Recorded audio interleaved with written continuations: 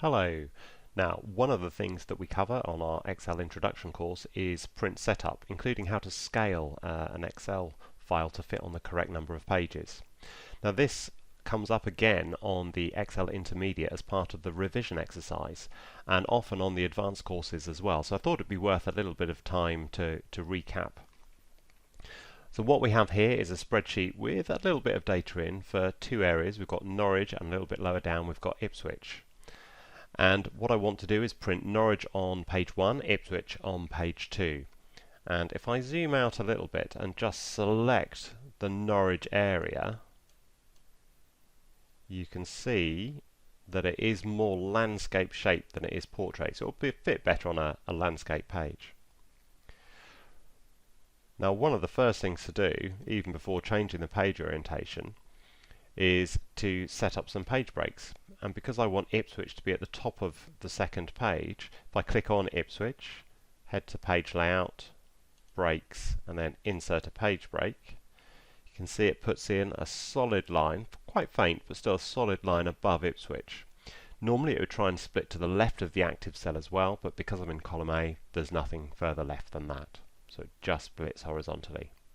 However, you can also see the faint dotted lines, which shows where the edge of the page would be, and therefore it'd have to start another page to print more.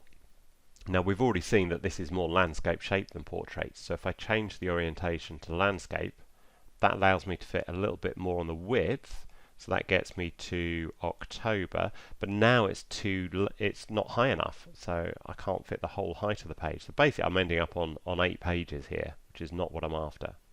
So I need to reduce the scaling for printing, and I can do that via Page Break Preview. So I go to the dotted blue line, I can just drag these to where I want them to be.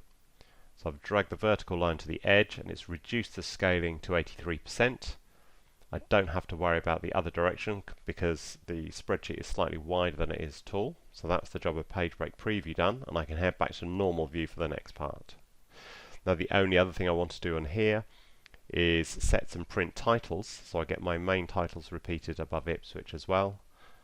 So again, on Page Layout, I'll click Print Titles, Rows to repeat at top, and then I can select, in this case, the top 3 rows.